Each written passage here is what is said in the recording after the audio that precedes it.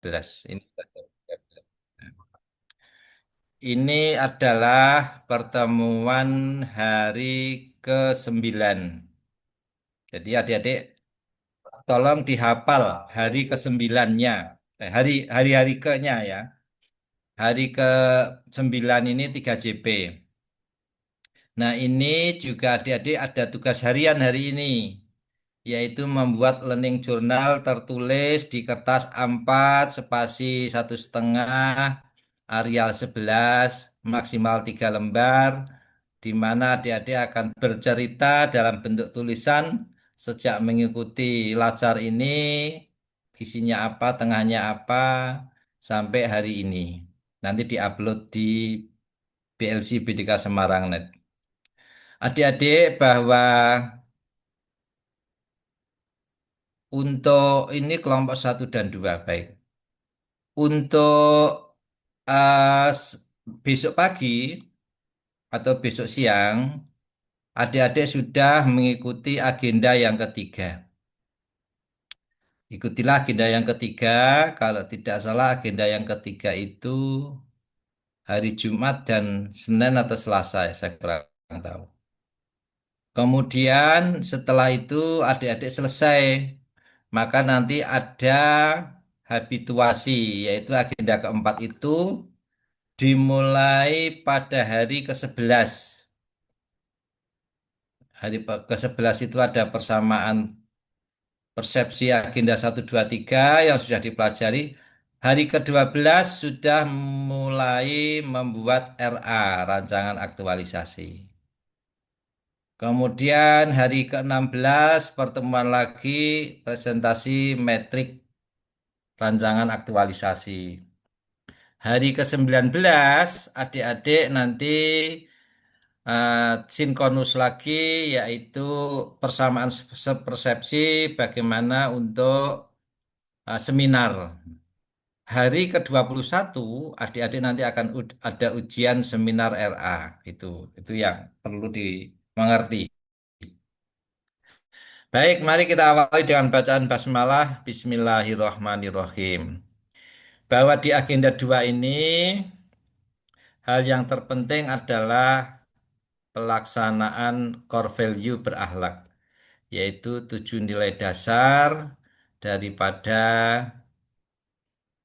daripada core value itu, dari berorientasi pelayanan sampai pada uh, adaptif dan seterusnya.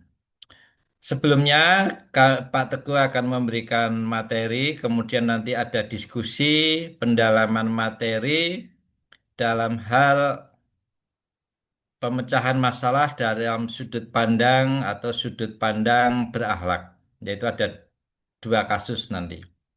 Sebagai pendalaman materi, diskusi kelompok. Insya Allah kita akan bersama ini jam 13. Maksimal sampai jam 15 ya. Maksimal sampai jam 15. Baik, mohon izin untuk share materi dulu.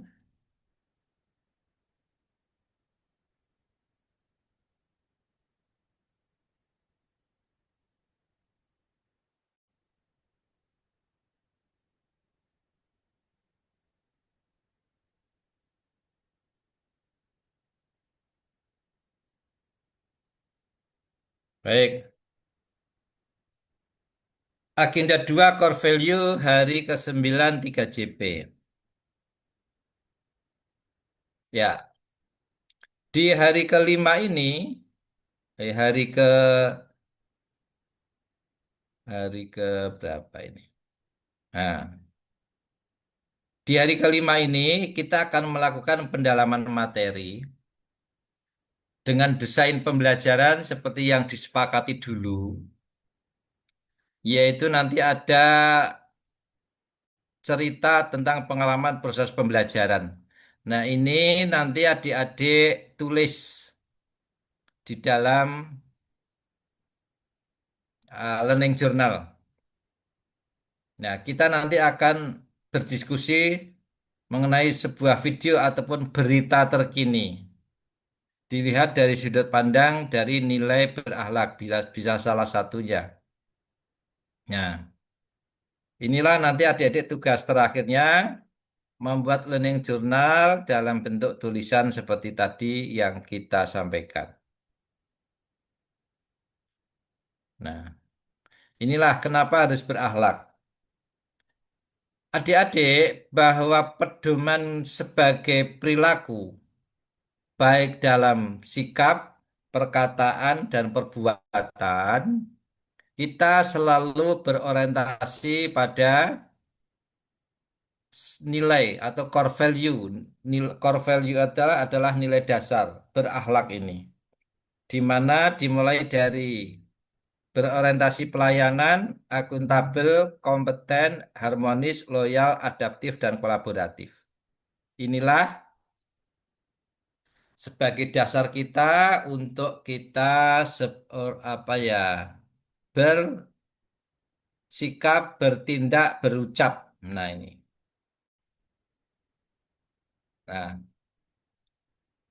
kita tentu tahu bahwa core value kita itu adalah berakhlak, brandingnya adalah ataupun kebanggaan kitanya adalah kita punya branding sebagai pegawai negeri, yaitu bangga melayani bangsa.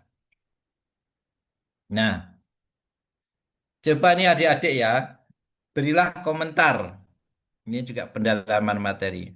Yang mau mengomentari dari gambar ini silakan dilihat dari sudut pandang core value berakhlak. Nilai apa yang mestinya dilakukan tapi tidak dilakukan. Sebutkan nama kelompok berapa. Silakan mau komentar. Silakan gambar ini. Assalamualaikum, Bapak. Ya, monggo Mas Artado. Oke.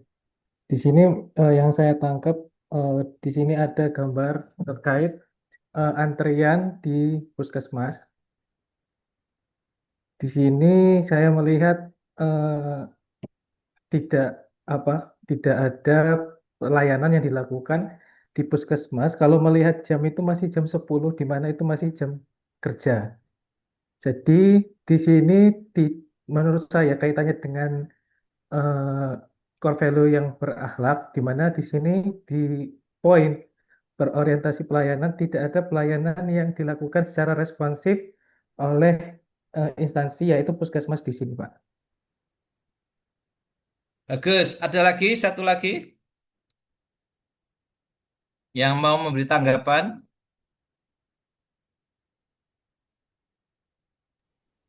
Silakan.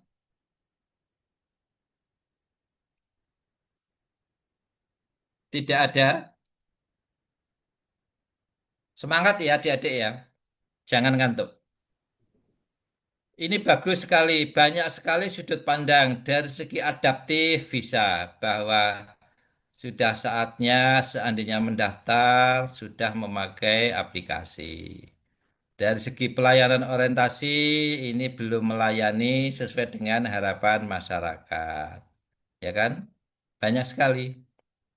Dari sudut pandang loyal, pegawai-pegawai mungkin masih bisa dipertanyakan. Nah, seperti itu dari sudut pandang mana. Oleh karena itu, sudah bukan saatnya bahwa pada jam kerja, jam dinas, layanan publik belum melayani dengan baik. Ini masih banyak yang terjadi di mana-mana. Nah, ini tujuannya apa? Agar kita harus sadar. Membangun kesadaran itu lebih sulit daripada membangun fisik. Nah, ini yang ada di situ. Oleh karena itu, kita harus sebagai PNS harus merubah baik dari segi pola berpikir, bersikap, bertindak, yaitu yang benar-benar melayani. Baik, gambar nomor dua, silakan mau komentar monggo siapa dulu.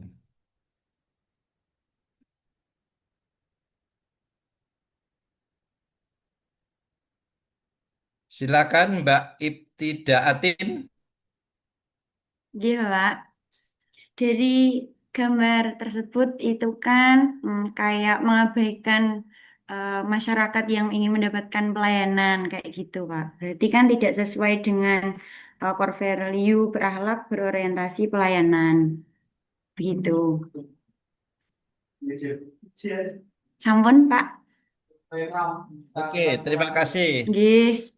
Yang lain, monggo. Mas Aji Budirianto. Iya, Bapak.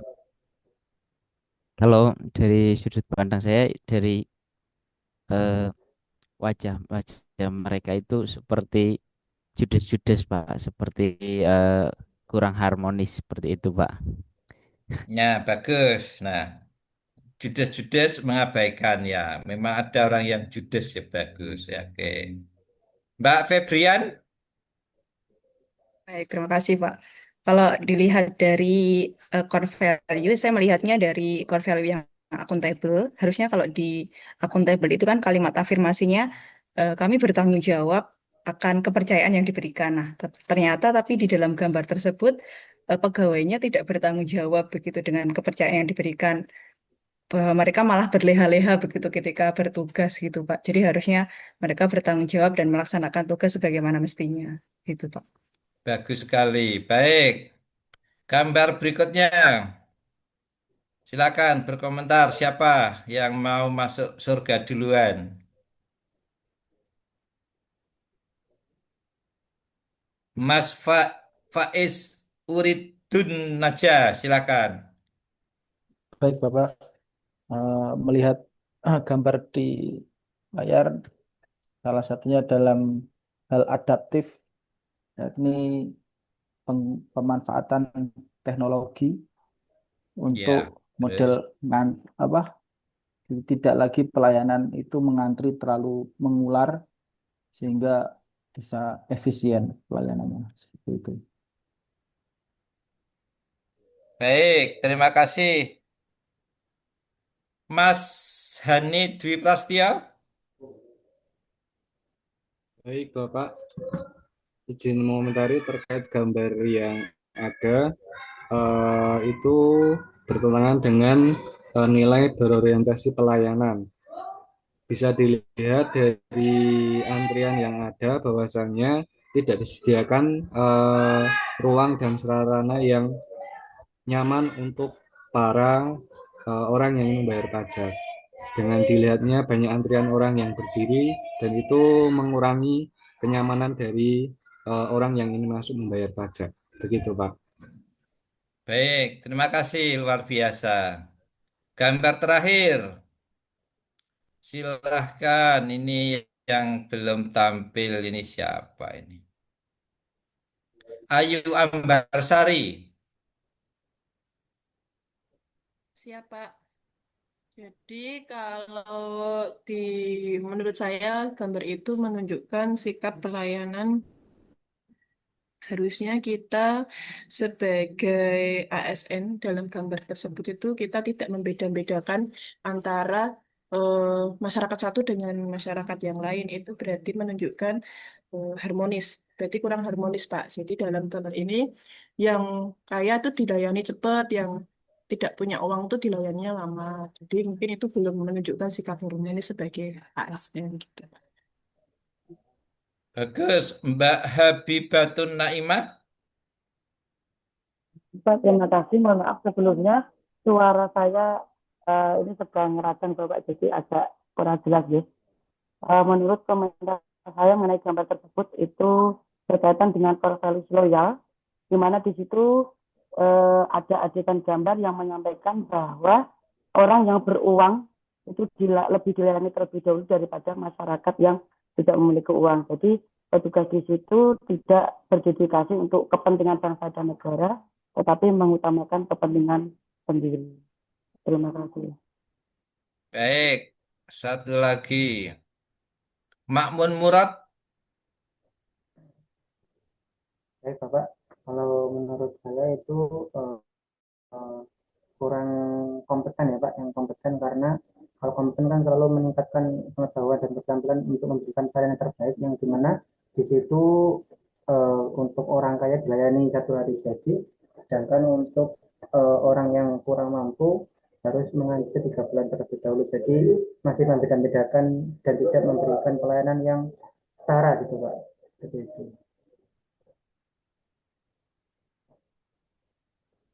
Baik, ya. Terima kasih atas pandangan-pandangan yang luar biasa. Kita sebagai ASN banyak sekali melihat ketika ada pelayanan yang tidak sesuai dengan harapan, maka pelayanan itu pelakunya disebut oknum. Jadi tidak semua itu tidak benar kita menyebutkan instansi. Tidak benar. Tapi itu menyebutkannya oknum. Misalnya ada di Kementerian Agama misalnya. Ada dulu kasus markup Al-Quran pengadaannya. Pernah itu tahun berapa itu? Berapa miliar? Nah, itu jangan melihat Kementerian Agamanya. Tapi itu adalah oknum. Ya.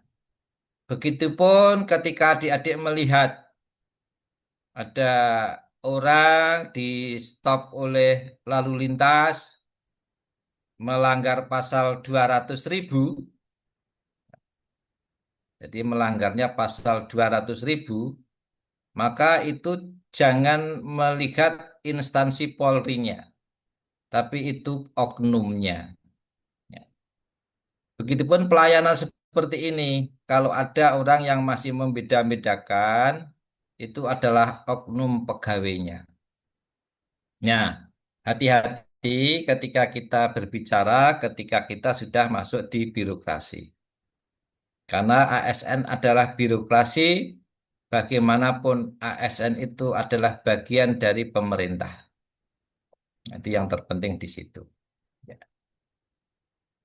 Adik-adik, bahwa di dalam ya, di dalam pelayanan, masyarakat itu membutuhkan layanan dengan 5 kata kunci, yaitu yang disebut dengan better, faster, newer, cheaper, dan more simple. Itu dalam bahasa Inggrisnya. Dalam bahasa bahasa Indonesianya ya lebih baik, lebih cepat, lebih murah, lebih baru, lebih murah, lebih sederhana. Contoh yang guru maupun dosen misalnya. Ya kita misalnya melayani mahasiswa ataupun siswa ataupun peserta didik itu ya harus yang lebih baik. Baik itu media pembelajarannya, situasinya, alat evaluasinya, ya, lebih cepat. Misalnya adik-adik ataupun para ibu bapak yang sebagai guru ataupun yang lain mau mengoreksi, ya pakai misalnya aplikasi, misalnya Google Form, Quizzes, dan yang lain. Begitupun newer, lebih baru. Ya. Jangan menerangkan dengan cara yang itu-itu saja, apalagi ceramah. Itu misalnya. Lebih murah, sudah tidak zamannya kita memberi soal dalam bentuk kertas, misalnya. Ketika masuk perguruan tinggi saja, kita melihat anak-anak kita atau adik-adik kita itu sudah menggunakan tes berbasis komputer itu. Itu juga menunjukkan akan lebih simple, lebih sederhana. Nah, adik-adik, tidak mudah bagi adik-adik itu untuk melaksanakan core value itu tidak mudah. Itu adalah hal yang idealis. Tetapi kadang-kadang ketika adik-adik itu memasuki sebuah instansi, sebuah birokrasi, maka tentu adik-adik itu akan menemui beberapa kendala. Ada di situ yang namanya senioritas, ada, ya kan? Ada yang namanya like dislike itu ada, pasti ada. Like dislike. Ada yang welcome, not welcome ada. Banyak sekali kendala. Ada juga yang istilahnya bentukan lama ya, kinerjanya model lama. Padahal adik-adik itu kan memasuki instansi membawa semangat baru, perubahan baru, dengan core value berakhlak, dengan smart ASN-nya, dan seterusnya. Nah, kata kuncinya adik-adik harus bisa namanya adaptif. Nah, core value nomor 6 itu namanya adaptif. Adik-adik harus bisa menyesuaikan diri. Jangan menentang arus, itu yang penting. Di Kementerian Agama itu tidak semudah di kementerian lain. Di Kementerian Agama itu juga ada namanya toleransi interumat beragama. Itu juga perlu adik-adik pahami. Bahwa di situ ada Nahdlatul Ulama, ada Muhammadiyah, ada yang lainnya. Kita harus bisa menyesuaikan diri, menghargai satu sama lain. Nah, nanti kita ujungnya apa? Core value harmonis. Tujuannya ke situ. Kita harus bisa mengharmonikan diri. Juga ada kita harus bisa pandai-pandai mendekatkan diri kepada pegawai-pegawai yang sudah ada untuk membangun kolaboratif. Jangan sampai adik-adik bukan tupoksinya mengerjakannya, kecuali tugas direktif dari pimpinan, itu lain. Oh, cuma anak baru terus diberi tugas banyak, itu juga tidak benar. Nah, itulah yang akan terjadi adik-adik. Yang muncul di situ. Adik-adik membawa nilai-nilai dasar PNS, core value, antara idealisme dengan fakta di lapangan itu ada kesenjangan. Nah, di situ adik-adik harus pandai-pandai adaptif, menyesuaikan diri. Kemudian adik-adik buatlah tempat kerja itu sebagai second home, rumah yang kedua, di mana adik-adik harus nyaman di tempat kerja itu. Harus merasa tanpa beban, tanpa ancaman. Karena apa? Adik-adik akan berkarya selain di rumah tempat tinggal adik, jenengan juga akan berkutat di tempat kerja. Terkadang di tempat kerja, kadang-kadang lebih lama. Nah, maka pandai-pandailah membawa core value ini dalam penerapan bersikap, berucap, bertindak. Hati-hati. Kita harus cerdas, smart ASN, yaitu kita harus cerdas, adaptif, cerdas, kolaboratif, cerdas apapun yang ada dalam core value itu. Nah, inilah adik-adik. Maaf adik-adik, di PNS itu, maaf ini jangan tersinggung. Itu nanti juga akan ada namanya, apa ya, namanya nanti ada tawaran-tawaran yang kadang-kadang nanti kita akan terjebak. Nanti jenengan akan ditawari pinjaman-pinjaman dari bank biasanya. Boleh pinjam dari bank, boleh untuk beli sesuatu. Tetapi hati-hati, manajemen keuangan adik-adik sebagai PNS, adik-adik tidak akan jadi kaya raya, tidak, tapi insya Allah bisa memenuhi kebutuhan-kebutuhannya. Jangan sampai terjebak pada lingkaran yang nanti membuat adik-adik terbebani terkait dengan pendapatan atau take home pay-nya. Nah, itu pesan dari Pak Teguh. Terima kasih. Mungkin ada yang mau bertanya ataupun berbagi. Saya beri waktu sebelum kita berdiskusi mengenai suatu kasus. Monggo. Ada yang mau tanya? Atau unek-unek mengungkapkan sesuatu? Atau mau curhat? Silakan. Silakan, nggak ada. Sepertinya nyaman-nyaman selalu adik-adik ini. Nah, kalau sudah nyaman, adik-adik nanti akan lulus bareng, menerima SKPNS penuh bareng, dengan pangkat mungkin kalau tidak salah 3A ya adik-adik ya, atau 3B. Kalau yang S2 mungkin 3B, tapi kalau yang sarjana 3A. Jadi kalau guru atau jabatan fungsional itu nanti pertama dulu atau pratama dulu. Karena jabatan fungsional tertentu itu baik guru maupun yang lain itu kan ada jabatan pertama itu 3A 3B uji kompetensi, ada jabatan muda misalnya guru muda itu 3C 3D, ada guru madya itu 4A 4B 4C, dan ada utama itu 4D dan E. Sama dengan Widya Iswara. Pertama itu 3A 3B muda, CD madya, 4A BC, utama itu D dan E. Nah, kalau pengen muda terus ya cukup di pangkat 3C dan 3D, jangan akan muda sampai pensiun walaupun usianya 60. Ya.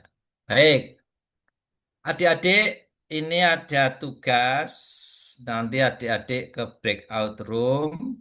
Kita akan melakukan pendalaman materi pada studi kasus. Mohon izin share ya. Nah, share dulu.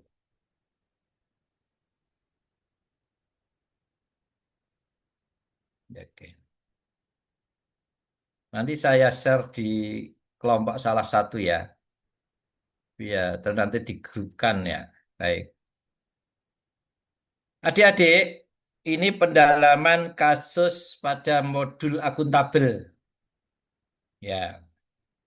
Silakan nanti adik-adik carilah kasus baik di carilah berita terkini di media massa, baik itu di YouTube, di channel koran, media yang lain mengenai sebuah kasus korupsi. Carilah kasus korupsi, ya banyak sekali. Ya, di media massa boleh, dimanapun boleh. Kemudian lakukan analisis secara ringkas. Mengapa berita tersebut sebagai tindak pidana korupsi? Mengapa disebut tindak pidana korupsi? Jenis tindakan pidana korupsi apa yang relevan dengan cerita video itu ataupun berita itu, ya, berita. Kemudian siapa saja pihak di dalam berita itu atau video yang terjerat dalam kasus tersebut. Kemudian kondisi apa yang bisa menjadikan cerita dalam video atau cerita itu sebagai kasus menjadi sebuah kasus tindak pidana korupsi, mungkin markup harga, tidak melalui lelang dan sebagainya. Kemudian apa dampak yang akan terjadi? Kemudian apa yang seharusnya dilakukan oleh para tersangka agar kegiatan tersebut tidak terjadi sebagai kasus korupsi, kemudian mengadakan lelang yang benar dan sebagainya. Bila Anda berperan sebagai penegak hukum, apa yang akan Anda lakukan? Bila Anda sebagai tersangka, apa yang akan dilakukan? Itu tugas pertama. Yang kedua, carilah satu berita ya kasus konflik kekerasan. Bisa kekerasan beragama maupun kekerasan yang lain. Ya, ya, silakan boleh kekerasan yang lain.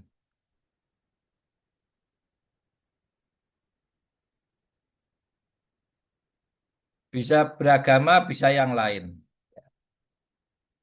Kemudian lakukan analisis. Gambaran singkat, faktor-faktor pemicu, siapa yang terlibat, identifikasi faktor penyebab, menguraikan bagaimana pihak terkait atau masyarakat merespon, bagaimana dengan seperti itu masyarakat berkomentar. Dampaknya jika nilai berakhlak tidak diterapkan, maka akan terjadi apa? Jika nilai berakhlak telah dilakukan, maka terjadi apa? Nah, itu silakan adik-adik nanti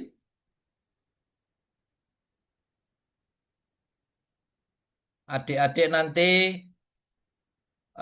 berdiskusi, ya, berdiskusi. Tetapi ini tidak perlu diupload, ini hanya pendalaman saja. Adik-adik nanti masuk di breakout room 1A, 1B, 2A, 2B. Saya beri waktu diskusi kurang lebih 25 menit. Nah, silakan, saya tidak punya. Coba ini Mas Ahmad Isnanu ya, Mas Ahmad Isnanu. Dicatat nomor WA saya, nanti saya kirim lewat WA. Oke, Bapak.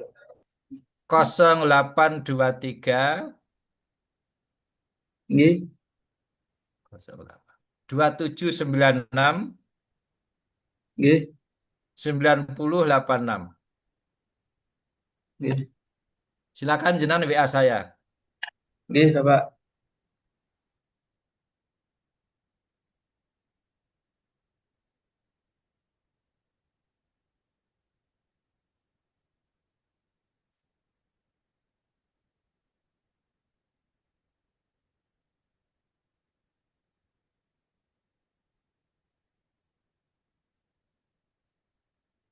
Sudah? Sampun, Bapak. Oke. Ini anunya saya kirim ke Mas Anu ya, Mas Ahmad Isnanu sebentar. Minta waktu sebentar. Hmm.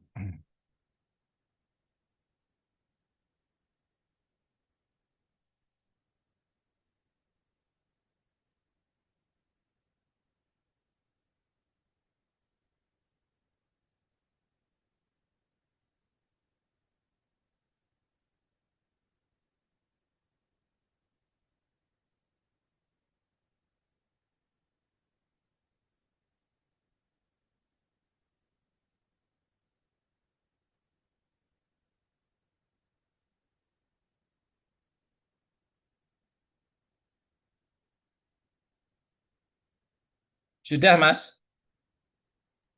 Sampun, Bapak. Oke. Silahkan dibagikan ke grup. Selamat berdiskusi. Sekarang jam jam 13.44.45. Berarti nanti jam 14.05 selesai.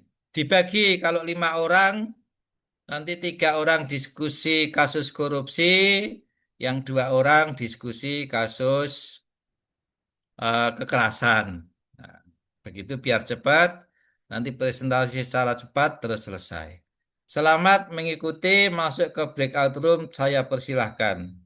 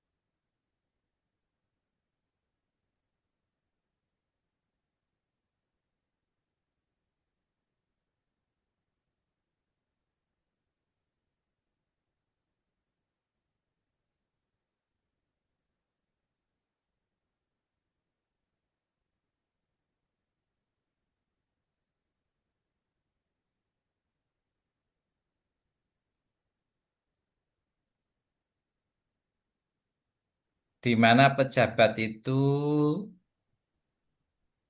stafnya itu ASN. Nah, kadang-kadang juga terseret juga. Nah, oleh karena itu kita memperdalam akuntabel, yaitu tentang analisis kasus korupsi tadi.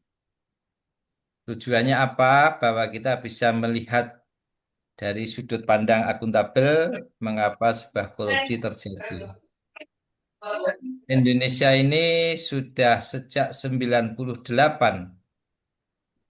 ada namanya Orde Reformasi atau zaman reformasi. Namun sampai saat ini cita-cita reformasi itu belum mencapai sesuai harapan yang dicita-citakan.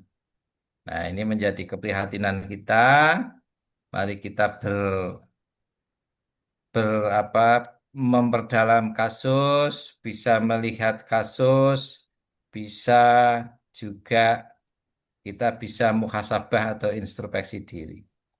Begitupun juga banyaknya kekerasan, di mana seharusnya kekerasan itu semakin lama harusnya semakin berkurang.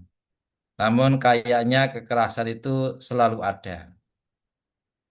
Nah, ini juga sebuah analisis mengapa core value itu belum diterapkan dalam kehidupan bernegara ini. Sebagian belum diterapkan. Kita mengharapkan negara yang aman, masyarakat yang tentram, perjalanan yang aman dan nyaman. Nah, itulah. Baik, silakan tampilkan satu kelompok 10 menit dari dua kasus itu. Mau kelompok mana yang mau tampil dulu, silahkan. Kalau tidak ada, silakan kelompok 1A dulu.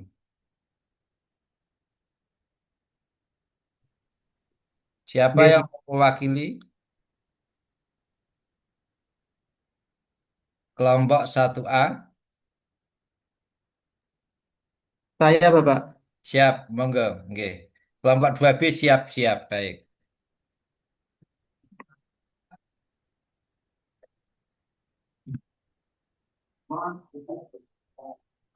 Baik, Assalamualaikum warahmatullahi wabarakatuh. Waalaikumsalam. Di sini saya kelompok 1A izin menyampaikan tentang core value penerapan nilai berakhlak. Dari poin A, jelaskan pengertian dari akuntabel. Di sini akuntabel sendiri adalah bertanggung jawab atas kepercayaan yang diberikan. Kemudian analisis kasus, kami dari kelompok 1 mengambil kasus korupsi timah bikin rugi 271 triliun. Berita ini kami ambil dari CNBC Indonesia. Analisis yang pertama, mengapa berita tersebut dikategorikan menjadi kasus tindak pidana korupsi? Karena menyebabkan kerugian negara dan dilakukan dengan penyalahgunaan wewenang untuk memperkaya diri sendiri atau orang lain, dan tindakan tersebut termasuk melawan hukum. Kemudian yang kedua, jenis tindak pidana korupsi yang relevan dengan cerita di berita itu. Jenisnya yakni penyalahgunaan wewenang. Pejabat atau pihak yang berwenang menyalahgunakan jabatannya untuk memberi izin tambang ilegal atau melindungi aktivitas tambang ilegal. Siapa saja pihak di dalam video atau berita itu yang akan terjerat dalam kasus korupsi? Di sini ada 4 tokoh setidaknya: Hervis Mois, Amir Syahbana, Suranto Wibowo, dan Gunawan. Kemudian yang poin keempat, kondisi apa yang bisa menjadikan cerita di dalam berita itu menjadi sebuah kasus tindak pidana korupsi. Para pelaku korupsi melakukan eksplorasi tambang timah secara ilegal, penyalahgunaan kewenangan untuk memberikan izin tambang secara ilegal, memanipulasi data, atau menerima suap dari pengusaha tambang. Kemudian yang kelima, apa dampak yang akan terjadi dari kasus tindak pidana korupsi tersebut. Dampaknya yakni rusaknya alam di sekitar tambang dan hilangnya mata pencaharian warga di sekitar tambang.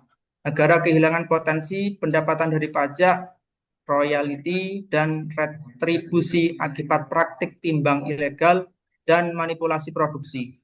Kemudian yang keenam, apa yang seharusnya dilakukan oleh para tersangka agar kegiatan tersebut tidak terjadi kasus korupsi. Di sini ada 6. Yang pertama, menegakkan prinsip akuntabilitas dan transparansi, kemudian mematuhi regulasi dan perizinan, menghindari konflik kepentingan, menjalankan tata kelola pemerintahan yang baik atau good governance, mengutamakan kelestarian lingkungan dan tanggung jawab sosial, kemudian menolak suap dan gratifikasi. Yang ketujuh, bila Anda berperan sebagai penegak hukum, apa yang akan dilakukan? Jawabannya, menghukum dengan seberat-beratnya sesuai dengan pasal-pasal yang dilanggar dan tidak memberikan keringanan hukuman atau mengabulkan intervensi dalam kasus korupsi yang saya tangani. Yang terakhir, bila Anda berperan sebagai pihak tersangka atau orang yang terlibat korupsi, apa yang akan dilakukan? Saya akan menerima konsekuensi hukuman yang diberikan kepada saya dan berjanji tidak akan mengulangi atau meminta keringanan hukuman kepada penegak hukum. Dan juga saya meminta maaf kepada masyarakat yang terdampak karena hasil perbuatan saya dan juga memberikan kompensasi kepada masyarakat yang terdampak karena perbuatan korupsi saya. Kemudian yang mengenai konflik kekerasan akan disampaikan oleh Mas Artado, Pak. Silakan Mas Artada.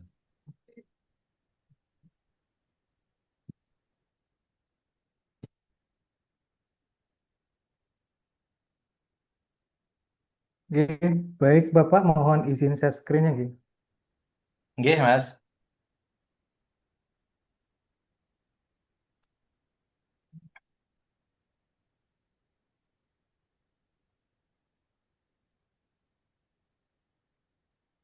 Sudah muncul Bapak, teman-teman semua? Sampun. Oke. Di sini kami dari kelompok 1A angkatan 20 akan memaparkan terkait kasus konflik kekerasan beragama. Di sini yang pertama kami melakukan hasil diskusi kami yaitu terkait pembubaran ibadah doa Rosario yang sempat viral terjadi di tahun kemarin yaitu pada tanggal 6 Mei 2024. Di sini langsung saja dari hasil analisis terkait yang pertama identifikasi peristiwa. Yang pertama yaitu pembubaran ibadah doa Rosario mahasiswa Katolik di Universitas Pamulang, Tangerang Selatan, yaitu di mana pada pembubaran ini dilakukan oleh sekelompok massa yang diduga melibatkan ketua RT dengan cara kekerasan, pembacokan, dan penganiayaan terhadap mahasiswa yang sedang berdoa. Pada kasus ini yaitu mahasiswa Katolik. Kemudian poin yang kedua, latar belakang peristiwa, di mana ada dua versi latar belakang peristiwa ini. Yang pertama dilatar belakangi oleh sekelompok mahasiswa Universitas Pamulang yang sedang melakukan ibadah doa Rosario di sebuah kontrakan ketika pada saat itu ada seorang warga berinisial D yang terduga sebagai ketua RT setempat datang kemudian berteriak-teriak berusaha membubarkan ibadah tersebut. Kemudian teriakan dari D memicu kegaduhan dan kesalahpahaman yang kemudian berujung pada kekerasan dan pengeroyokan atau penganiayaan terhadap mahasiswa. Kemudian versi yang kedua, warga sekitar sudah beberapa kali mengeluhkan kegiatan kumpul-kumpul mahasiswa tersebut kepada pihak RT. Ia mengaku kurang tahu seberapa sering dan seberapa banyak orang yang terlibat dalam kegiatan kumpul tersebut. Adapun ada yang menyebutkan bahwa kegiatan mahasiswa itu hanya sekedar kumpul dan sebagian ada yang beribadah juga.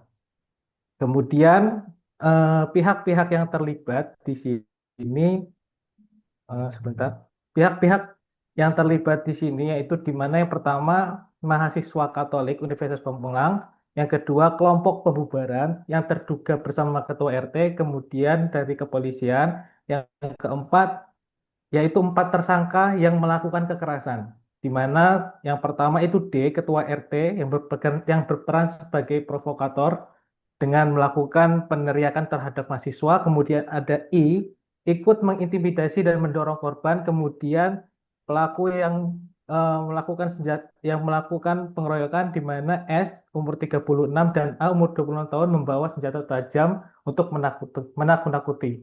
Kemudian poin keempat, analisis penyebab peristiwa. Dari analisis di sini, penyebab peristiwa pembubaran doa Rosario itu adalah di sini ada upaya perundungan dan pembubaran, terdapat adanya ujaran provokasi yang dilakukan oleh ketua RT, sehingga warga terpancing untuk menghentikan dan membubarkan kelompok mahasiswa Katolik yang sedang ibadah atau melakukan doa Rosario. Kemudian analisis yang kelima yaitu terkait nilai core value berakhlak yang dilanggar, di mana di sini kami eh, yang poin pertama, adanya pelanggaran terhadap berorientasi pelayanan. Ketua RT di mana sebagai eh, tokoh atau sebagai pelayanan atau sebagai orang yang diberikan amanah untuk melakukan pelayanan terhadap masyarakat seharusnya melayani dengan standar yang sama kepada semua pihak tanpa memandang kedudukan, jabatan, suku, agama, ras, dan jenis kelamin ataupun itu. Kemudian yang kedua ada pelanggaran di poin akuntabel, di mana ketua RT telah menyalahgunakan wewenangnya. Ketua RT seharusnya menjadi pengayom dan penengah, tetapi justru malah menjadi provokator. Kemudian poin harmonis, di mana warga tidak memiliki rasa saling peduli, menghargai, dan bertoleransi dengan perbedaan. Kemudian yang terakhir, analisis kesimpulan dan rekomendasi. Analisis dampak, jika nilai berakhlak tidak diterapkan, maka kualitas layanan menurun dan masyarakat tidak puas terhadap layanan yang diberikan. Kemudian jika nilai berakhlak telah diterapkan, maka pelayanan berjalan lancar dan sesuai dengan kebutuhan masyarakat dan terciptanya masyarakat yang rukun dan damai. Pada di kasus Rosario ini, eh, kami berkesimpulan bahwa pelayanan yang diberikan oleh pihak pelayanan setempat dalam kasus ini ketua RT dan masyarakat setempat tidak dijalankan dengan secara harmonis, sehingga tadi kasus Rosario yang mana terciptanya masyarakat yang rukun dan damai itu malah tidak tercipta, malah ada disintoleransi atau diskriminasi terhadap kelompok beragama. Mungkin itu saja presentasi dari kelompok 1 sub A. Kurang lebihnya saya mohon maaf. Wassalamualaikum warahmatullahi wabarakatuh. Waalaikumsalam. Terima kasih kelompok 1A yang diwakili oleh Mas Ahmad Isnu dan Artado. Demikianlah sebuah kasus, jadi banyak kasus bisa dilihat dari sudut pandang core value berakhlak. Terima kasih. Silakan kelompok 2, 10 menit.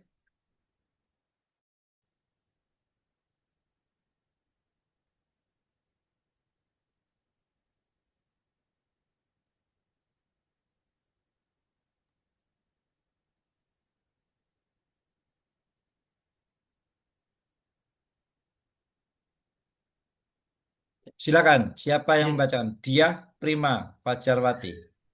Izin Bapak, sedikit Iya. mempresentasikan. Mas Eko Ferdianto. Oke. Ini Pak, pada kali ini kita akan mengambil kasus mengenai minyak yang kemarin benar-benar viral Pak, nggih, yang booming. Iya. Ya. Mengapa berita tersebut dikategorikan menjadi kasus tindak pidana korupsi? Jawabannya, ya tentunya karena penyalahgunaan wewenang dalam impor minyak dan pengadaan kilang oleh pejabat Pertamina yang menyebabkan kerugian negara hingga 285 triliun. Yaitu banyak sekali ya Pak kerugiannya. Itu karena makanya pada viral ya. Kemudian jenis tindak pidana korupsi. Apa yang relevan dengan cerita di berita itu? Untuk markup biaya pengiriman, manipulasi spesifikasi BBM, pengadaan tanpa prosedur, dan pembiaran kontrak tidak transparan. Terus siapa saja pihak di dalam video atau berita itu yang akan terjerat dalam kasus korupsi. Ya, pada berita itu tertangkap 18 tersangka, termasuk pejabat Pertamina, Reva Siasahan, Yogi Firnandi, Maya Kusmaya, Edward Corney, Gading Jodo, serta pengusaha seperti Riza Khalid. Kemudian, next, kondisi apa yang bisa menjadikan cerita di dalam video atau berita itu menjadi sebuah kasus tindak pidana korupsi? Ya, karena adanya impor BBM melebihi kebutuhan. Kemudian pemalsuan spesifikasi RON 90 dijual sebagai RON 92 dan transaksi tidak transparan dengan pihak asing. Terus, apa dampak yang akan terjadi dari kasus tindak pidana korupsi tersebut? Tentunya kerugian negara itu sangatlah besar, mencapai 285 triliun. Turunnya kepercayaan publik terhadap BUMN energi dan desakan reformasi sistem pengadaan energi. Next, apa yang seharusnya dilakukan oleh para tersangka agar kegiatan tersebut tidak terjadi korupsi? Tentunya mematuhi sistem lelang transparan, mengutamakan BBM lokal, dan audit proyek secara berkala. Ya, adanya audit itu pasti agar tidak terjadi korupsi. Kemudian, bila Anda berperan sebagai penegak hukum, apa yang akan dilakukan? Tentunya menyita aset hasil korupsi, memperluas penyidikan, bekerja sama dengan pihak internasional, dan menindak tanpa pandang bulu. Dan yang terakhir, bila Anda berperan sebagai pihak tersangka atau orang yang terlibat korupsi, apa yang akan Anda lakukan? Tentunya bersikap kooperatif, mengembalikan dana negara, dan mengakui kesalahan sebagai bentuk tanggung jawab, moral, dan juga hukum. Oke. Next, untuk selanjutnya akan dibacakan oleh Mas Faiz. Monggo, Mas.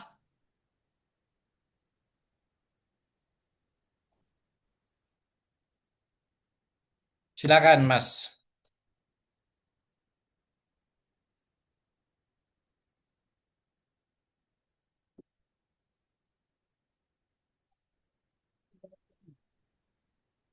Baik, untuk yang kedua kaitannya dengan konflik, yakni ada seorang identifikasi peristiwa. Yang pertama adalah seorang ASN yang menjabat sebagai sekretaris kelurahan di Kecamatan Semarang Tengah telah melakukan pelecehan terhadap lebih dari satu orang, termasuk remaja. Insiden tersebut terjadi sejak pertama bertemu korban melalui aplikasi kencan. Kemudian latar belakang peristiwa, korban mengaku berkenalan dengan pelaku via aplikasi kencan, kemudian melakukan pelecehan di lokasi karaoke, kemudian kasus ini viral dan di blow up di media sosial. Kemudian pihak yang terlibat ASN, Pemkot Semarang, kemudian ASN, Sekretaris Kelurahan berinisial A dan NN. Kemudian korban dua orang tapi tidak disebutkan namanya. Kemudian institusi yang terlibat Kecamatan Semarang Tengah, Camat BKPP Kota Semarang dan Inspektorat. Kemudian penyebab peristiwanya adalah penyalahgunaan wewenang menggunakan mobil dinas tanpa mobil dinas untuk menjemput, ketidaksadaran dampak etik perilaku pegawai publik, kurangnya kontrol dan pengawasan ASN. Kemudian yang terakhir, nilai core value yang berakhlak tidak memberi apabila tidak berorientasi pelayanan, tidak memberikan rasa aman dan nyaman pada masyarakat, di akuntabel menggunakan fasilitas negara untuk kepentingan pribadi, di kompeten, tidak menunjukkan profesionalisme, kemudian diharmonis, melanggar norma sosial, kemudian di loyal, tindakan pelaku mencoreng nama baik instansi, di adaptif, tidak mampu menyesuaikan diri dengan norma yang ada di dunia digital maupun di dunia nyata, di kolaboratif, tidak melibatkan pihak atau lingkungan kerja dengan cara yang sehat. Kemudian kesimpulan dan rekomendasi, jika nilai berakhlak tidak diterapkan, maka ASN bisa bertindak sewenang-wenang dengan mencoreng nama instansi, dan jika nilai akhlak diterapkan, ada sanksi tegas, proses hukum berjalan secara transparan dan kepercayaan publik dapat dipulihkan. Sekian. Baik, terima kasih kasusnya. Hati-hati adik-adik, kasus pelecehan seksual itu bisa terjadi kapan saja, di mana saja, kemudian menimpa siapa saja. Nah, adik-adik harus hati-hati di tempat kerja, ya, di tempat manapun harus hati-hati. Bagaimanapun ASN tidak diperbolehkan, kemudian juga belum diperbolehkan kalau beristri lebih dari satu kecuali ada alasan yang bisa diterima. Nah, itu ya adik-adik ya, hati-hati. Baik, kelompok tiga, kok tiga, dua A, monggo. Baik, Bapak izin share screen, Ji. Nggih.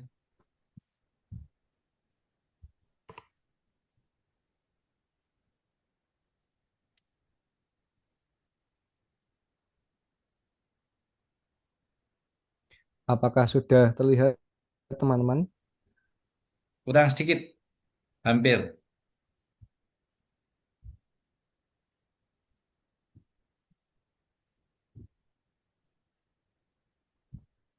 Sudah terlihat, Ji, Pak? Sampun. Baik, izin mempresentasikan hasil dari kelompok 2A, yaitu terdiri dari Mas Fauzan Ahmad, kemudian Febriani Astuti, kemudian Habibatun Naimah, kemudian Hani Dwi Prasetyo, dan yang terakhir Mas Hasan Asyari. Untuk yang poin A, pengertian dari akuntabel sendiri yaitu sikap dari suatu individu atau organisasi yang bertanggung jawab atas tindakan dan keputusan yang diambil. Kemudian mempertanggungjawabkan penggunaan sumber daya serta hasil kerja kepada pihak berkepentingan melalui laporan yang jelas, transparan, dan sesuai dengan etika hukum dan profesionalisme. Kemudian dalam kasus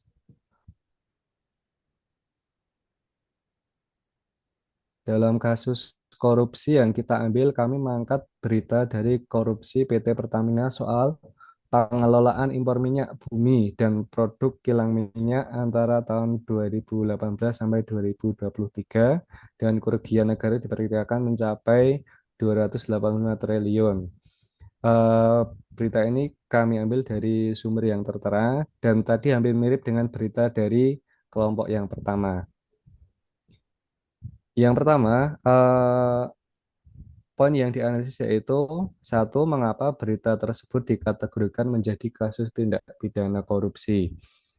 Jawabannya karena melibatkan penyalahgunaan wewenang oleh pejabat Pertamina dan juga pihak swasta untuk keuntungan pribadi dengan memanipulasi impor minyak dan juga sewa terminal secara tidak sah sehingga merugikan negara secara sangat besar dan juga melakukan penggelapan, gratifikasi dan penyimpangan aturan atau regulasi.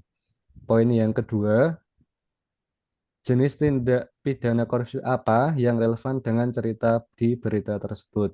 Jawabannya adalah tindak pidana korupsi tersebut berjenis gratifikasi, penggelapan dana negara, dan juga pemerasan kebijakan pengadaan.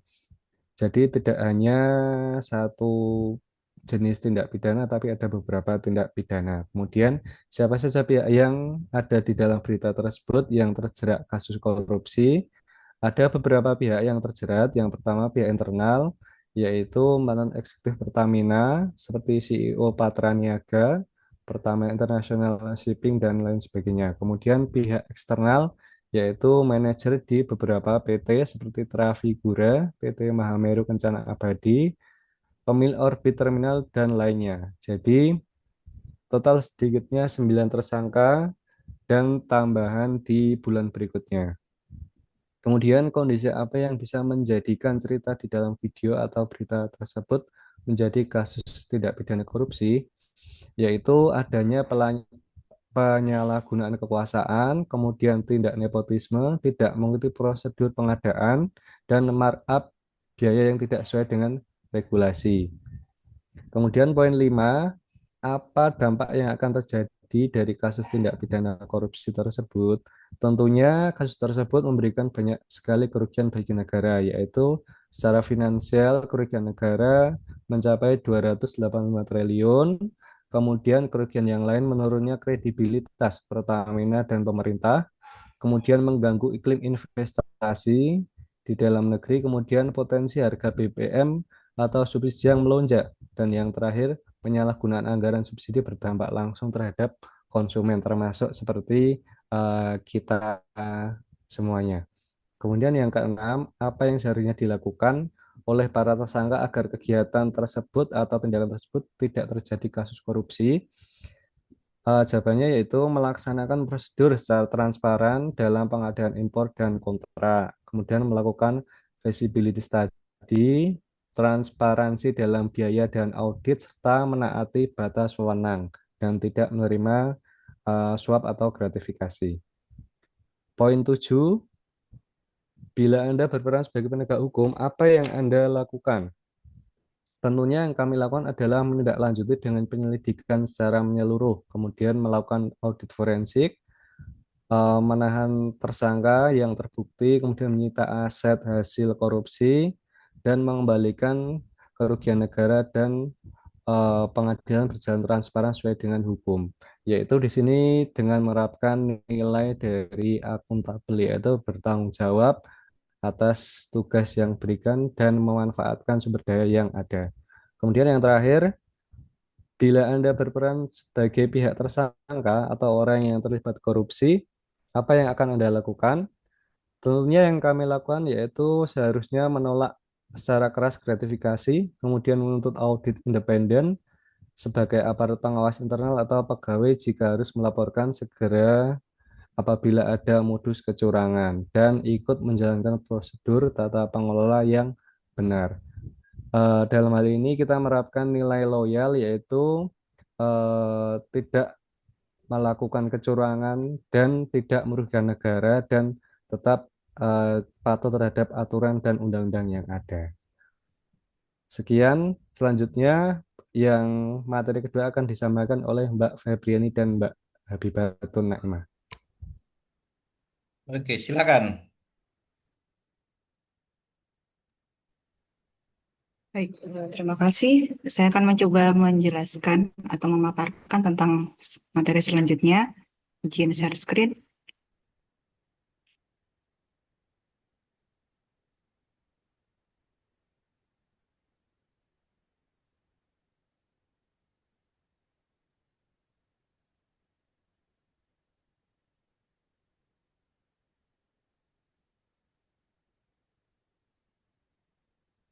Apakah sudah lihat, Bapak Ibu? Hampir sedikit lagi. Oh ya, Ya, sudah. baik. Di pemaparan kali ini kami akan menjelaskan tentang peristiwa yang sangat miris sekali, begitu ya. Di sini kekerasan terhadap anak. Jadi yang akan kami bahas yaitu yang pertama berkaitan dengan identifikasi peristiwa. Jadi selama 6 bulan di Sumbawa, di Sumbawa Barat itu ada sebanyak 25 anak itu terdeteksi menjadi korban kekerasan. Dari 25 kasus tersebut, sebagian korban itu mengalami kekerasan seksual, dan mirisnya lagi, bukan hanya korban, ada juga anak yang bukan hanya sebagai korban, tapi juga sebagai tersangka, gitu. Nah, kemudian untuk latar belakang peristiwanya, yang pertama, kondisi keluarga yang tidak aman. Kemudian minimnya pendidikan seksual sejak dini terhadap anak-anak. Yang ketiga, pengaruh media dan teknologi. Yang keempat, budaya dan juga normalisasi kekerasan. Kemudian ada lemahnya sistem perlindungan, baik itu dari keluarga maupun lingkungan sekitar. Kemudian anak pernah menjadi korban dan itu terkadang membuatnya jadi trauma. Kemudian yang ketujuh, pengaruh lingkungan dan teman sebaya. Yang kedelapan, paparan konten dewasa dan juga pornografi. Dan bahasan selanjutnya yaitu pihak yang terlibat. Di sini pihak yang terlibat adalah anak sendiri sebagai korban, dan tadi juga dia juga sebagai tersangka. Nah, ketika anak sebagai korban, di antara yang menjadi tersangka adalah orang dewasa. di kasus kami yang kami ambil ini, yang menjadi tersangka adalah ayah tiri dan juga paman.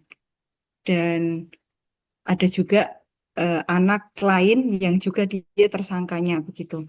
Kemudian penyebab peristiwa yang pertama iman yang lemah begitu. Kemudian ketidakberanian korban dalam melaporkan peristiwa yang dialami. Kemudian ketidakpedulian lingkungan terhadap kehidupan para korban dan akses internet tanpa batas dan juga tanpa pengawasan. Ini juga sangat penting. Yang kelima, yang kami bahas berkaitan dengan nilai core value berakhlak yang dilanggar.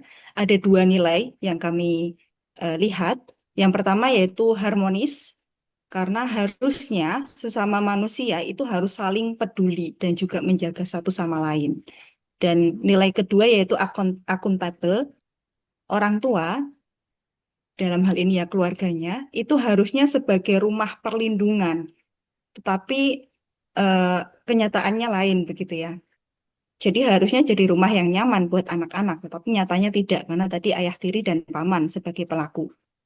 Kemudian respon dari pihak terkait, responnya dari pihak UPT Perlindungan dan Rehabilitasi Sosial Anak itu telah menangani seluruh korban dan juga sebagian itu sudah dikirim ke UPT untuk mendapatkan perlindungan dan juga rehabilitasi. Sedangkan respon dari masyarakat sendiri, masyarakat merasa miris dan mulai melakukan penjagaan yang intensif terhadap anak dan juga keluarga terdekatnya. Poin keenam yang kami lihat berkaitan dengan kesimpulan dan rekomendasi, analisis dampaknya, jika nilai berakhlak tidak diterapkan, maka berbagai kejahatan itu akan masif terjadi gitu. Dan ya di sini khususnya yang berkaitan dengan kekerasan seksual terhadap anak.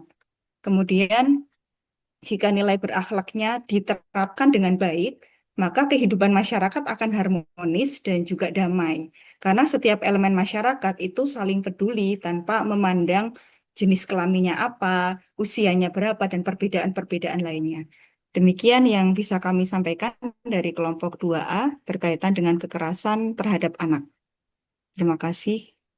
Saya kembalikan ke moderator. Terima kasih Mas Hani Dwi Prasetyo dan Mbak Febrian Astuti yang sudah membuka wacana kita tentang kasus korupsi dan juga kasus kejahatan seksual. Nah, ini maaf ya, bisa terjadi dimanapun, kapanpun, menimpa siapapun. Contoh kalau adik-adik melihat kasus Kapolres Kabupaten Duga, kan ada kan kasus masih ingat? Itu juga kekerasan seksual, bahkan seksual anak di bawah umur. Nah, ini bukan kepolisian tapi oknumnya yang terlibat di situ. Nah, banyak sekali. Ada kasus, maaf ini jangan marah, jangan tersinggung, tapi ini fakta. Kasus kekerasan seksual yang terjadi di pondok pesantren juga ada. Nah, itu namanya oknum juga. Nah, oleh karena itu kita harus hati-hati, waspada ketika putra-putri panjenengan mau sekolah, mondok juga harus carilah tempat yang aman, nyaman untuk anak-anak kita. Kasihan anak-anak kita. Baik, terima kasih luar biasa. Kelompok terakhir 2B, monggo waktu 10 menit.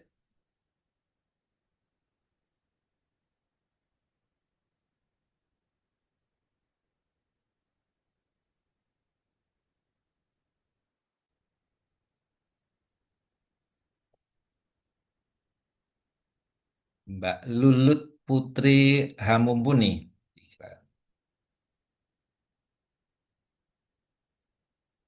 Yang mau presentasi siapa? Silahkan.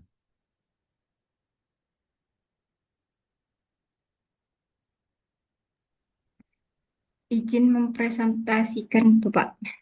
Monggo Mbak Lulut ya. Untuk kasus yang kami ambil yaitu kasus korupsi pada PT Seritek. Em, Ya, bagus. poin analisisnya, mengapa berita tersebut dikategorikan menjadi kasus tindak pidana korupsi? Karena pemberian kredit yang tidak sesuai prosedur dari Bank BJB dan Bank DKI kepada PT Sritek dilakukan secara melawan hukum tanpa analisis kelayakan berpangku pada risiko tinggi, serta dana disalahgunakan untuk membayar utang dan membeli aset non-produktif. Akibatnya, negara mengalami kerugian sekitar 692,98 miliar. Jenis tindakan pidana korupsi apa yang relevan dengan cerita di berita itu? Para tersangka dijerat dengan pasal 2 ayat 1 atau pasal 3 Jungto pasal 18 Undang-Undang Pemberantasan Tipikor ditambah pasal 55 ayat 1 KUHP mengenai perbuatan dilakukan secara bersama-sama. Dalam hal ini, siapa saja pihak yang terjerat dalam kasus korupsi? Ada 3, yaitu inisial ISL, ZM, DS. 8 tersangka tambahan, antara lain Alan Moran, pejabat senior di Bank DKI, pejabat di Bank BJB, pejabat di Bank Jateng. Total tersangka menjadi 11 orang. Kondisi apa yang menjadi cerita di dalam video atau berita itu menjadi sebuah kasus tindakan pidana korupsi, yaitu bank memberikan kredit tidak sesuai prosedur tanpa analisis memadai, bahkan memberikan kepada perusahaan dengan rating kredit rendah. Yang kedua, kredit digunakan untuk selain modal kerja, seperti membayar utang dan membeli aset non-produktif. Yang ketiga, kredit macet dan aset tidak cukup atau tidak bisa dieksekusi untuk menutup kerugian negara. Ketidaksesuaian ini melanggar prinsip kehati-hatian bank dan undang-undang perbankan. Yang kelima, apa dampak yang akan terjadi dari kasus tindak pidana korupsi? Dampaknya kerugian negara ditaksir 692 miliar dari total kredit outstanding 3,58 triliun. Kehilangan kepercayaan masyarakat terhadap sistem perbankan dan kelembagaan pengawasan kredit. Yang ketiga, membutuhkan reformasi kebijakan perbankan dan tata kelola kredit menyasar transparansi dan akuntabilitas sektor keuangan. Yang selanjutnya, yang seharusnya dilakukan oleh para tersangka agar kegiatan tersebut tidak terjadi kasus korupsi, yaitu bank harus melaksanakan prosedur kredit dengan ketat, yaitu analisis kelayakan, verifikasi laporan keuangan, jaminan, dan rating kredit. Yang kedua, perusahaan memanfaatkan kredit sesuai tujuan modal, bukan untuk membayar utang atau investasi non-produktif. Yang ketiga, perusahaan dan bank tidak mengintervensi proses evaluasi kredit, menjaga independensi komite kredit, dan penerapan prinsip 5C, karakter, capacity, capital, collateral, dan condition. Yang ketujuh, bila Anda berperan sebagai penegak hukum, apa yang akan dilakukan? Yang pertama, melakukan penyidikan mendalam, seperti yang telah berjalan memeriksa banyak saksi, termasuk direksi Sritek dan bank, serta afiliasi perusahaan.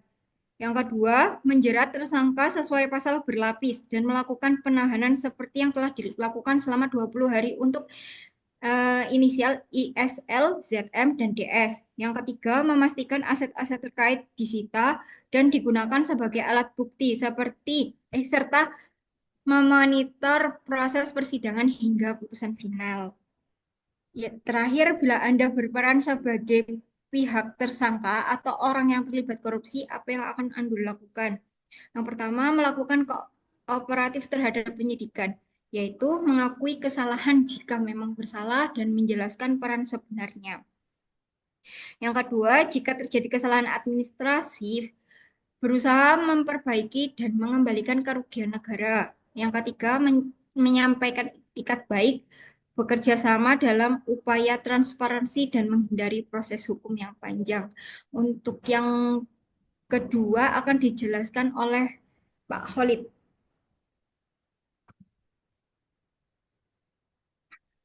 Izin share Green, nggih.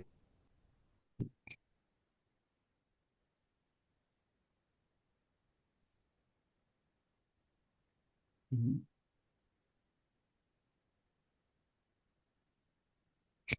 Sudah terlihat apa belum? Sudah, Mas, sudah. Sudah. Oke. Jadi untuk tugas yang kedua, kasus konflik kekerasan beragama, begitu atau tema yang lainnya ya, kami mengangkat perusakan Masjid Ahmadiyah di Kabupaten Sintang, Kalimantan Barat tahun 2021, seperti itu.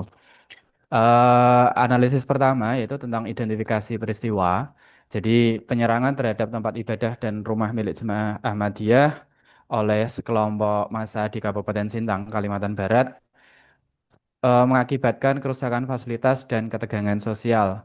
Jadi di berita tersebut itu disebutkan bahwa sebagian masyarakat itu membakar masjid, sejumlahnya 130, seperti itu dijelaskan di beritanya, dengan melempari botol plastik yang telah diisi dengan bensin, seperti itu.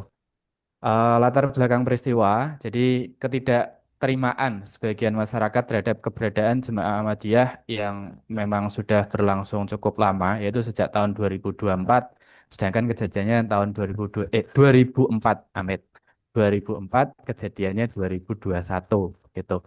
Yang dianggap menyimpang dari keyakinan mayoritas penduduk di Kabupaten Sintang. Terus kurangnya pemahaman tentang toleransi beragama serta lemahnya peran pemerintah daerah dalam mediasi. Begitu.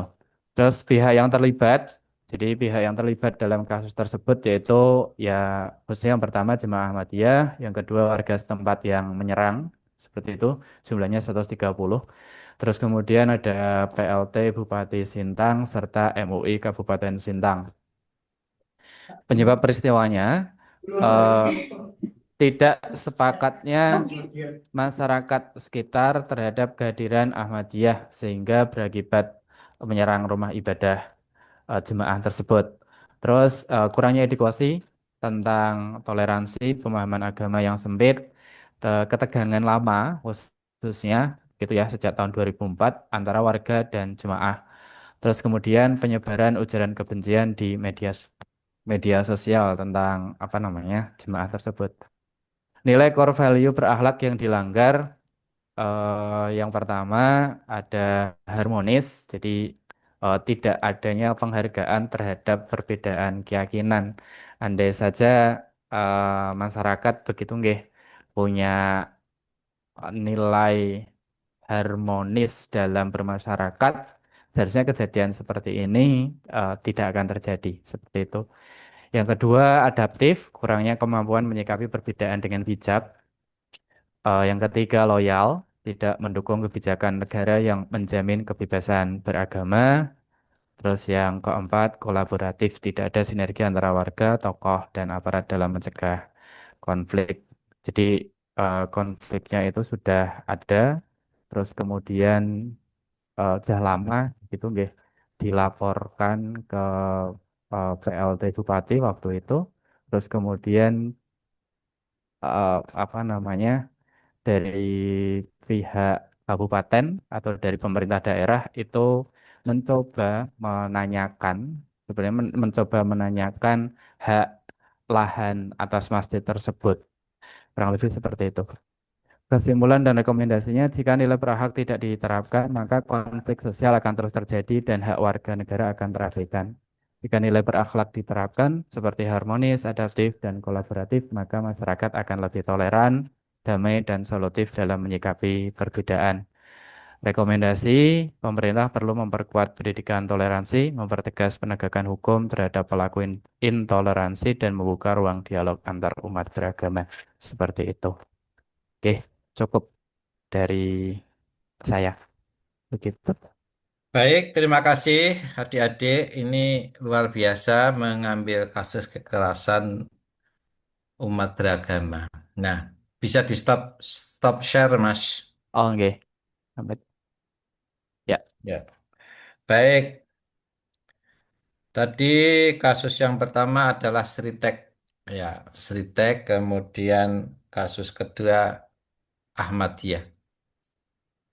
Nah, inilah orang kalau tidak memegang amanah, di mana sebenarnya ketika orang disumpah akan sumpah jabatan itu sudah menggunakan kitab suci biasanya. Itu di Indonesia. Tetapi kenyataannya disalahgunakan. Di negara-negara maju itu tanpa kitab suci juga aman-aman saja. Tapi yang disumpah dengan kitab suci, terutama direktur-direktur bank ataupun yang berkepentingan tersebut, yang tadi disampaikan masih melanggar. Nah, ini kan aneh. Semua jabatan di Indonesia itu disumpah pakai kitab suci sesuai agama yang diyakini. Namun, kalau kita melihat berita, masih banyak kasus-kasus di mana belum dilaksanakannya jabatan itu sebagai amanah, maka ada pepatah mengatakan yang paling dekat itu adalah kematian. Yang paling jauh itu masa lalu. Yang paling ringan itu berbuat dosa. Dan yang paling berat itu memegang amanah. Nah, ini menjadi kata-kata kunci hari ini, di mana kita bisa melihat bahwa kasus-kasus korupsi masih cukup memprihatinkan, di mana penegak hukum sampai kewalahan.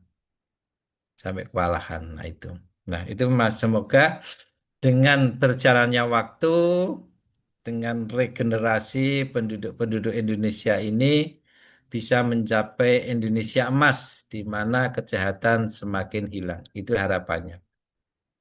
Yang kedua tadi kasus kekerasan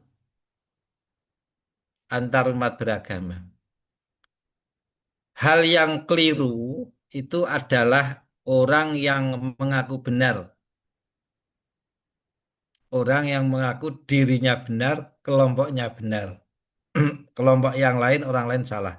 Nah, ini yang kadang-kadang masih ada di sekitar kita. Kita tidak bisa memaksakan keyakinan, memaksakan kehendak. Yang kedua, kadang-kadang kita itu masih anti kritik. Contoh, ada surat edaran Kementerian Menteri Agama, kalau nggak salah nomor 5 tahun 2022, tentang penggunaan speaker atau toa di rumah ibadah, terutama di masjid musola.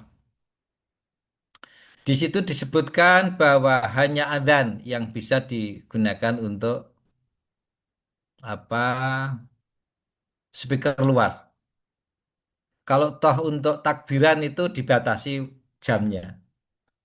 Begitupun ketika Jumatan itu dibatasi 15 menit sebelum naik Jumatan itu pakai speaker luar.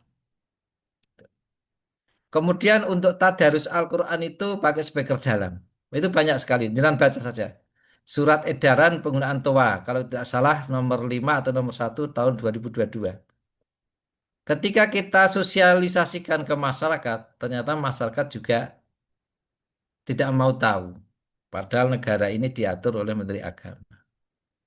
Nah, yang kedua, kadang-kadang orang yang ya, menghidupkan sound di rumah ibadah itu tidak menyadari apakah yang saya putar ini mengganggu orang lain atau tidak. Nah, ini perlu kesadaran.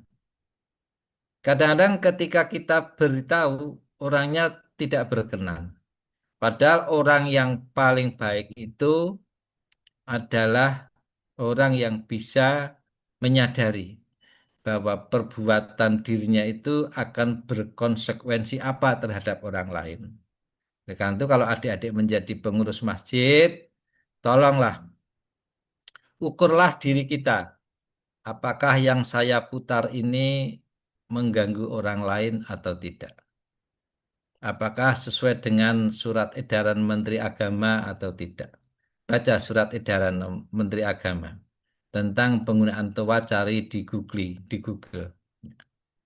Kita sebagai warga Kementerian Agama, generasi muda, kadang-kadang masih sulit untuk merubah kebiasaan-kebiasaan yang semestinya sudah harus dirubah. Nah, itulah pembekalan tentang kesadaran kita menerapkan core value berakhlak, di mana core value berakhlak itu menjadi pedoman kita dalam bersikap, bertindak, bertingkah laku ya, dan semuanya. Kita harus sadar, adik-adik jadikan pedoman, teori penting, praktek lebih penting. Itu saja adik-adik pertemuan hari ini. Selamat mengikuti agenda yang ketiga untuk besok pagi, mungkin ya. Lihat jadwal adik-adik, selalu lihat jadwal hari keberapa mengerjakan apa. Baik adik-adik, hari ini jangan lupa ada tugas learning journal tertulis seperti yang Pak Teguh ceritakan tadi. Selamat mengikuti agenda ketiga. Sampai jumpa di lain waktu dan kesempatan. Mohon maaf Pak Teguh kalau hak dalam melayani ada hal yang kurang berkenan, tapi insya Allah nilainya minimal 90 semua. Mohon keikhlasannya kalau ada sedikit perbedaan nilai hanya untuk membedakan misalnya 90, 91 dan sebagainya. Terima kasih adik-adik, Pak, sehat izin selalu, bertanya. semangat selalu. Monggo Mas Artado mau tanya, silakan. Gini terkait kemarin untuk tugas agenda agenda 2 hari pertama itu kan ada tugas kelompok yang role model tokoh berakhlak itu Pak. Nggih. Oke. Nah kita kemarin itu ngupload di folder 1B. Hmm. Nah tetapi ketika hari Minggu itu pas kebetulan mengecek kembali di PLC-nya itu folder menunya nggak ada Pak. Menu folder upload 1B itu sudah nggak ada. Hmm. Itu jadi gimana Pak? Oh, Apakah kita jenengan belum upload? sudah upload Pak? Hmm. Tapi hilang di PLC-nya. Sebentar Pak, kalau bisa saya share screen gitu Pak. Ya. Di sini share screen-nya.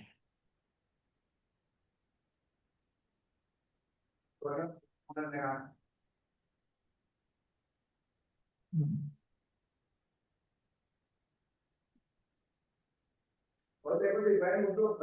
Apakah sudah muncul Pak? Ya.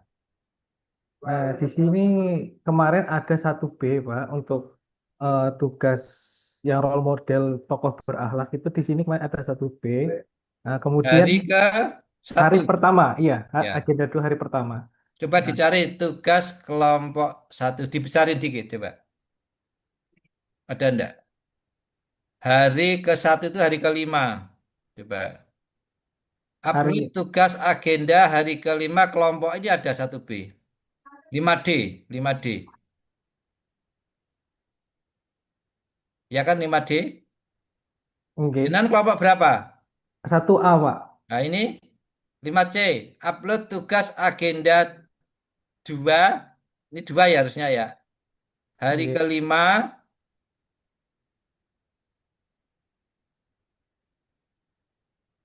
Di sini pas saya buka ininya Pak, apa namanya?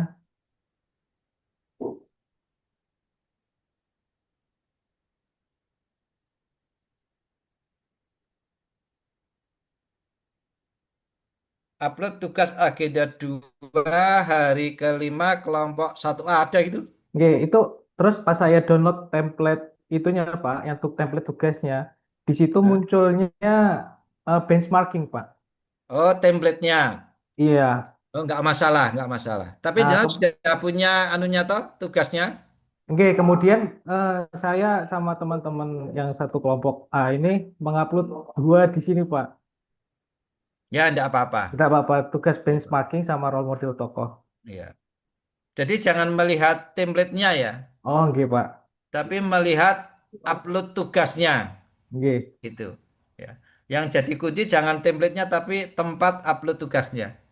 Nggih, Pak. Ya, baik. Terima kasih. Nggih. Semua harus upload karena nanti walaupun template-nya salah nggak masalah, tetapi uploadnya sesuai dengan upload tugas apa gitu judulnya. Ya, baik. Terima kasih konfirmasinya. Sehat selalu ya adik-adik ya. Saya kira cukup ya. Oke, sehat-sehat selalu Pak. Nggih, Oke. Pak. Guru selalu. Terima kasih matur suwun Ya. ya, Pak. Matur Jenengan suwun. coachnya siapa coachnya? Yang kelompok 1A. Ya, 1A. Kelompok 1 siapa? Coachnya. Coach. Coachnya itu agenda 4. Kelompok 2 siapa? Enggak hafal ya? Baik. Ya, untuk agenda 4 nanti. Nanti dilihat di jadwal. Baik adik-adik, selamat berkarya. Semoga sehat selalu, kerjakan dengan baik dan benar. Mohon maaf atas segala kekurangannya. Kita tutup bersama-sama dengan bacaan tahmid bersama. Alhamdulillahirobbilalamin. Alhamdulillahirabbil alamin. Assalamualaikum warahmatullahi wabarakatuh. Waalaikumsalam warahmatullahi Wabarakatuh. wabarakatuh. Nggih, matur suwun Pak. Oke. Terima kasih, Bapak. Matur suwun Bapak Teguh. Boleh live dari ruangan ini.